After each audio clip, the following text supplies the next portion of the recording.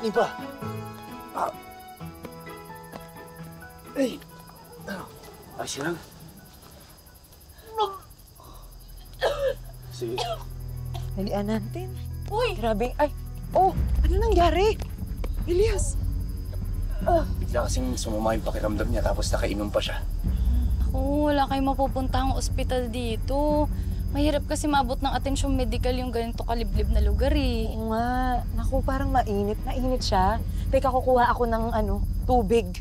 Maghahanda ako. Punasan natin si Nipa. Nilalapig eh. Teka lang ha. Kumuha ka ng ng... Yakapin mo muna, Elias! Oo nga. Wala akong kumot. Wait lang. Kumuha kang kumot dyan, nandyan. Ito, teka, Nympha. Oo. Oo. Ba? Huwag ka mag-alala. Dito kami. Yakapin mo muna.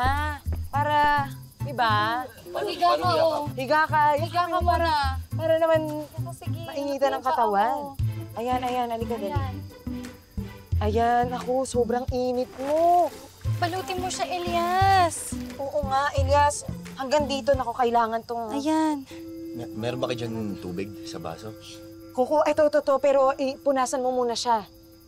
Oo. Niba. Niba, huwag ka mag-alala. Nabantayin pa namin. Okay ka lang ba? Diyos ko, grabe, napakainit. Naku. Elias, alam... Wala bang kahit na anong gamot dyan? Mahirap Wala kasi. talaga eh. Ganito lang talagang ginagawa namin, pero makakayanan niya yan. Ayos lang naman yan. Kung nalasing lang, magiging ayos din. Oo, basta wag mo lang iwan. Oo. Oo.